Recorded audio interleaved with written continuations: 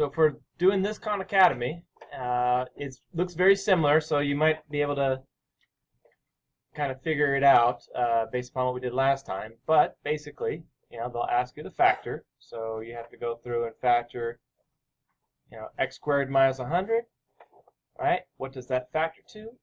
Well, x times x is x squared. 10 times 10 is 100. And of course, one's positive, one's negative. So it's asking for C, two possible values for D.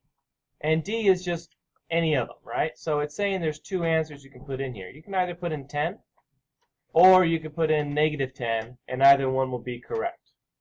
All right, so I'm just going to put in 10. And there you go. Okay. Now, here's just a regular old factoring problem, right? So you'll go through. Since you see three terms, you're not going to try to do what we just did on the homework last night, but use what else we've been learning also and say, well, what multiplies to 16 adds to negative 8, right? So we'll get negative 4 and negative 4. And the reason this one is in the same exercise, it's just because these are both going to come out the same, x minus 4, x minus 4. Okay? And they want you to write it as two binomials, so don't do this, even though this is technically correct. It says here to write it as the product of two binomials, so you actually want to write the two parentheses x minus 4 and x minus 4.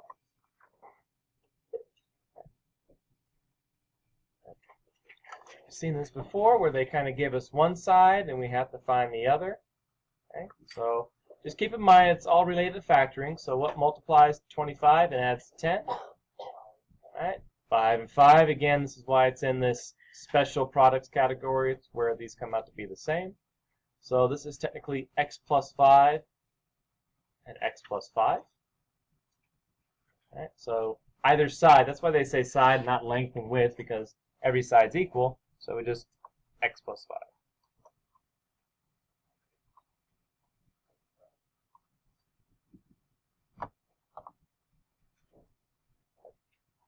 Here's one where we have to match them up, right? You might see like this one in the middle, that's the one like from last night, where you had to say, well, x times x is x squared, 4 times 4 is 16, right? And one's positive, one's negative, so you just drag it and put it where it belongs. And then you can go through and factor these other ones, and you'll probably catch on to some patterns. So we have 16, multiplies to 16, adds to 8. So that would be positive 4, positive 4. So that's how we get x plus 4, x plus 4, which on this one they write as x plus 4 squared, right? So this one, we'll just leave it there, and that would mean this one will stay here as well. And you can kind of tell that there's a negative here, that's kind of giveaway, that's a minus. There's a positive here, there's a positive. You notice how these are both positive, because positive times positive is positive, and negative times negative is positive, so it doesn't really do you a lot of good to look at the last number here. You have to look at the middle term. Okay. And then, just more of the same. So we can have positive 3 or negative 3. And I want to show you one other type of problem. See if I can find it. Yeah, this one. So this one, it kind of has you work backwards. It's saying that if we have x plus 9, what must this second one be in order for it to be this difference of squares like we had last night? Right? It'll be x minus 9. So the c they're talking about here is this minus 9. So over here we'll put in minus 9. And the d that they're talking about right here is what do you get as the number after you multiply it out. So if we go through and actually multiply everything out, we'll end up with x squared minus 81.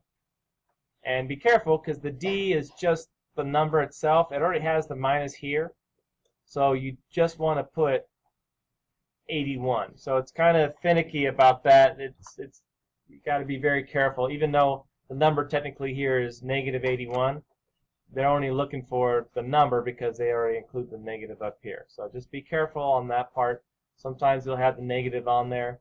Sometimes you don't need it at all. Okay. So watch out for those things, and then you probably will be finished with this pretty fast. Also go back and see if you're finished with all the other Khan Academies that we've done so far. So make sure you're finished with all of them if you finish this one, okay?